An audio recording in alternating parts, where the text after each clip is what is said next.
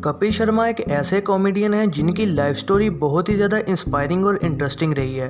एक छोटे से शहर से आके कपिल ने कॉमेडी की दुनिया में बहुत नाम कमाया है। लेकिन आजकल तो कपिल अपनी कॉमेडी से ज़्यादा अपनी लाइफ से जुड़ी कंट्रोवर्सीज़ की वजह से ज़्यादा मशहूर हैं। इस वीडियो में मैं आपको कपिल की लाइफ से जुड़ी कुछ ऐसी बातें बताऊंगा जो शायद आप नहीं जानते होंगे।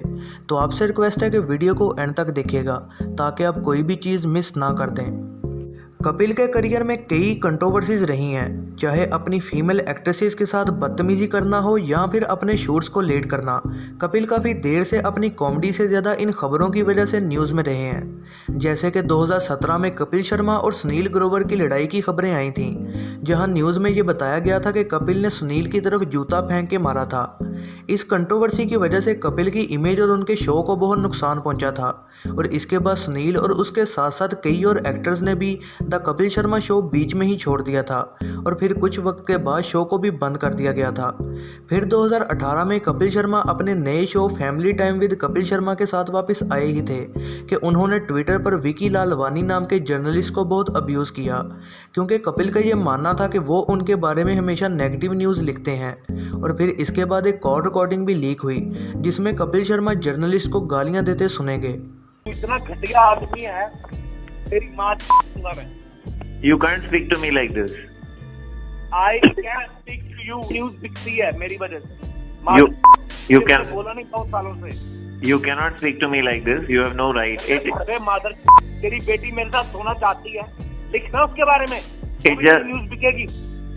It just shows your upbringing, sir. Yes, my upbringing is bad. Now what to do? मादर। इसके बाद दोनों ने ही एक दूसरे पर केस फाइल कर दिया, जिसके चलते कपिल का नया शो भी कुछ महीनों के लिए सस्पेंड कर दिया गया। इस कंट्रोवर्सी के अगले ही दिन एक और कंट्रोवर्सी खड़ी हो गई, जहां पर कपिल ने अपनी एक्स गर्लफ्रेंड प्रीति साइमस और नीति साइमस, जो कि उनकी मैनेजर रह चुकी हैं, उन दोनों के खिलाफ हैरेसमेंट और मनी एक्सटॉर्शन का केस फाइल कर दिया। कपिल का कहना था कि नीति ने उनके साथ 25 लाख रुपए का फ्रॉड किया है।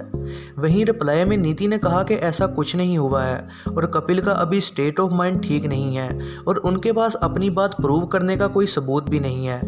फरंगी मूवी के लॉन्च के दौरान कपिल ने कन्फेस किया था कि वो डिप्रेशन में थे और वो बहुत शराब भी पीने लग गए थे, जिसकी वजह से उनके सारे शूट्स कैंसिल हो गए और इस वजह से वो और भी डिप्रेशन में चले गए। सबका मानना है कि इन सब चीज़ों का आगाज़ कपिल और सुनील की लड़ाई से हुआ था, लेकिन सुनील ने उनको कुछ भी गलत नहीं कहा।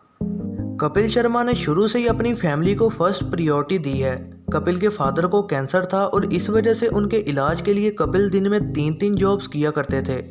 कपिल ने अपने एक इंटरव्यू में बताया था कि ये उनकी लाइफ का सबसे मुश्किल वक्त था, क्योंकि वो जितनी भी मेहनत कर रहे थे उससे भी वो अपने फादर का इलाज नहीं करवा पा रहे थे। यहाँ तक कि कपिल के पास तो इतने भी पैसे नहीं थे कि वो अपने फादर को हॉस्पिटल में एक प्राइवेट बेड भी दिला दें।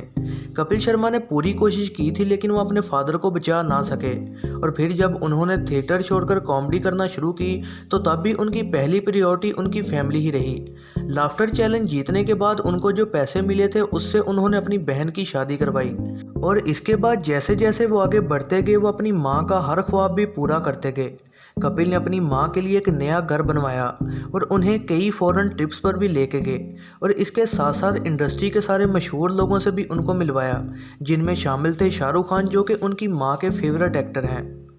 कपिल ने अपना career as a theatre artist start किया था और वो कॉलेज से स्टडी कंप्लीट करने के बाद पार्ट टाइम थिएटर सिखाया करते थे। अपने स्ट्रगल के दिनों में उन्होंने एक पीसीओ में भी जॉब की है और इसके साथ साथ वो पंजाबी कोरस ग्रुप का हिस्सा भी रह चुके हैं, जिसके एक शो के लिए उनको 300 रुपये मिला करते थे।